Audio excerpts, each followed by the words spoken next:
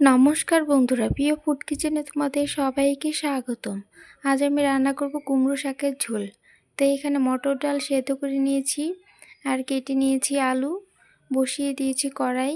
এবারে দিয়ে দিব জল আর দিয়ে দিব কেটে রাখা আলুগুলো, দিয়ে দিব পরিমাণ মতো নুন আর দিয়ে দিব কাঁচা লঙ্কা। এবার ঢাকা দিয়ে সেদ্ধ করে নিব। আলুগুলো হাফ সেদ্ধ হয়ে গেছে। এবারে দিয়ে দিব কেটে রাখা কুমড়ো শাকগুলো দিয়ে আর একটু ঢাকা দিয়ে দিব।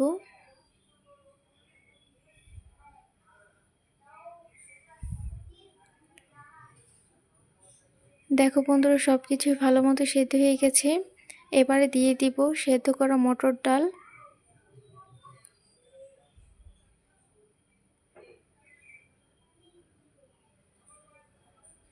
এবার দিয়ে দিব অল্প করে হলুদের গুঁড়ো,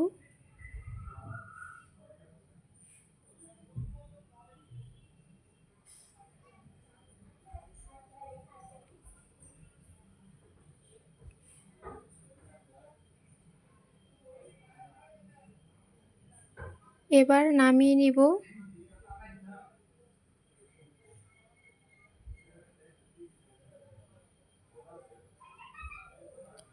কড়াইটা ধুয়ে আবার বসিয়ে দিয়েছি। এবারে দিয়ে দিব অল্প করে তেল, দিয়ে দিব 5 ফোড়ন,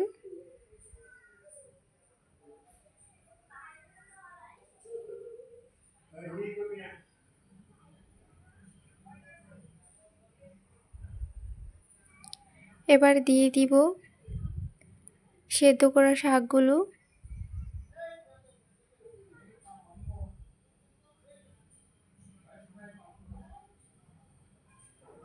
এবার ঝোলটা ফুটে উঠলে দিয়ে দিব স্বাদ মতো চিনি।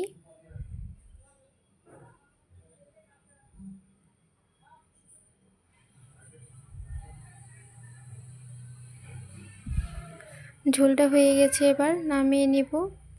বন্ধুরা, ভিডিওটি ভালো লেগে থাকলে অবশ্যই চ্যানেলটি সাবস্ক্রাইব করে রাখবে আর লাইক, কমেন্ট, শেয়ার করতে ভুলবে না।